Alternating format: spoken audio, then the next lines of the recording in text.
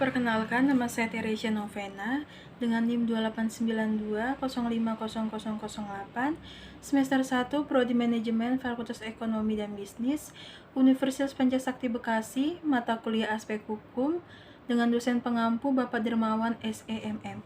Saya akan menjelaskan tentang pengertian perusahaan. Perusahaan adalah tempat kegiatan produksi dilakukan serta berkumpulnya semua faktor produksi terjadi. Perusahaan yang terdaftar secara resmi dalam pemerintahan maka akan memiliki badan usaha untuk perusahaannya. Pengertian perusahaan menurut para ahli. Yang pertama ada menurut Molencraft.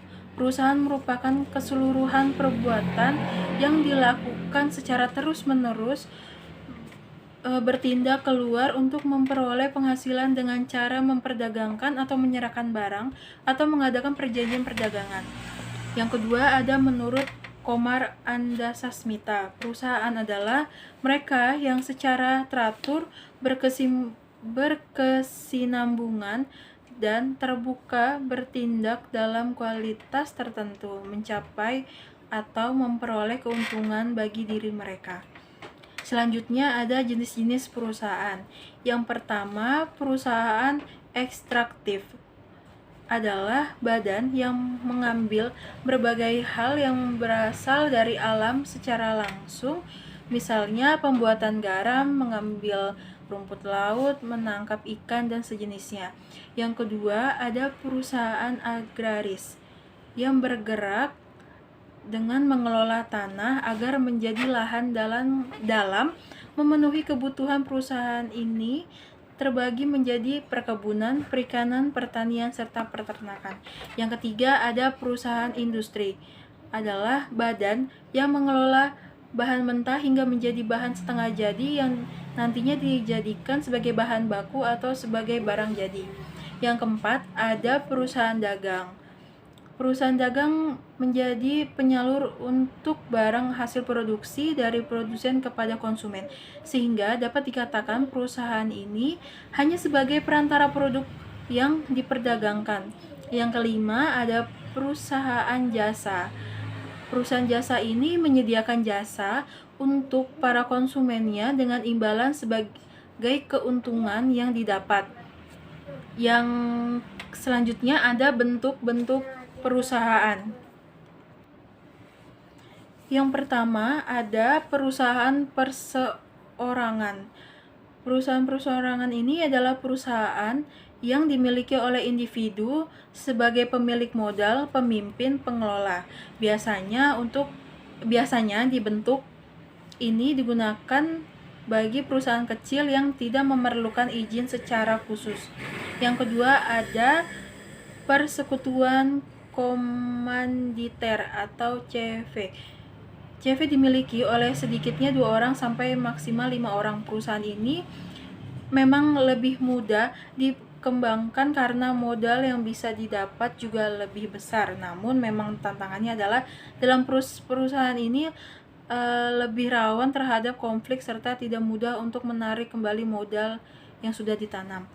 Yang ketiga ada persekutuan firma, memiliki batas maksimal yang lebih besar dari CV, yaitu mencapai 10 orang yang bersekutu untuk mengembangkan sebuah perusahaan dalam firma ini. Bertanggung jawab yang dimiliki masing-masing anggota tidak terbatas. Yang keempat ada perseroan terbatas atau PT. PT terdiri dari pemegang saham yang memiliki tanggung jawab secara terbatas sesuai dengan besaran modal yang ditanam. Jika sampai terjadi kebangkrutan, maka PT tersebut namanya bisa saja dijual. Yang kelima ada badan usaha milik negara atau BUMN.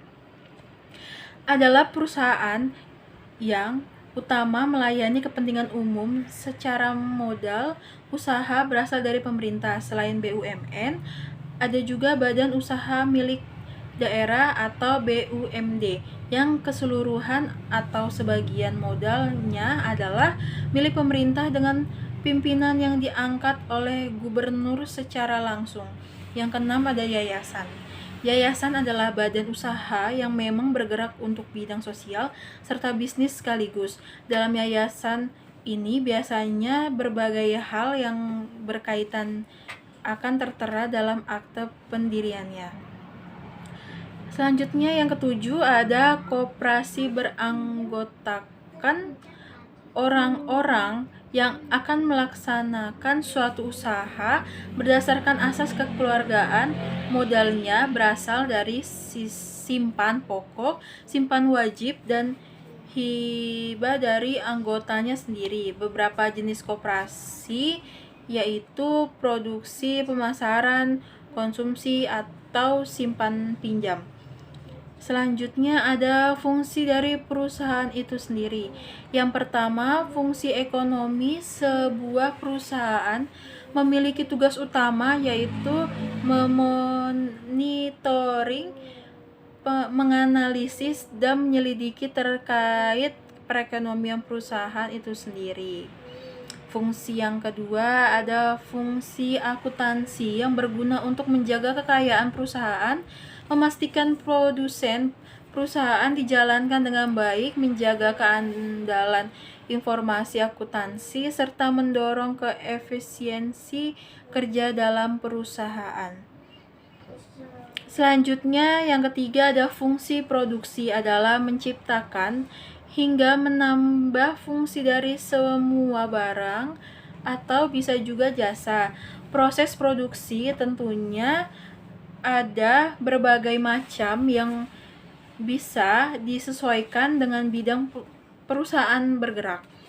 Yang keempat ada fungsi pemasaran, yaitu aktivitas untuk memenuhi kebutuhan sesuai proses pertukaran yang saling menguntungkan antara produsen dengan konsumen. Banyak metode pemasaran yang digunakan oleh setiap perusahaan bergantung pada aktivitas masing-masing untuk bisa mendapatkan permintaan dari konsumen.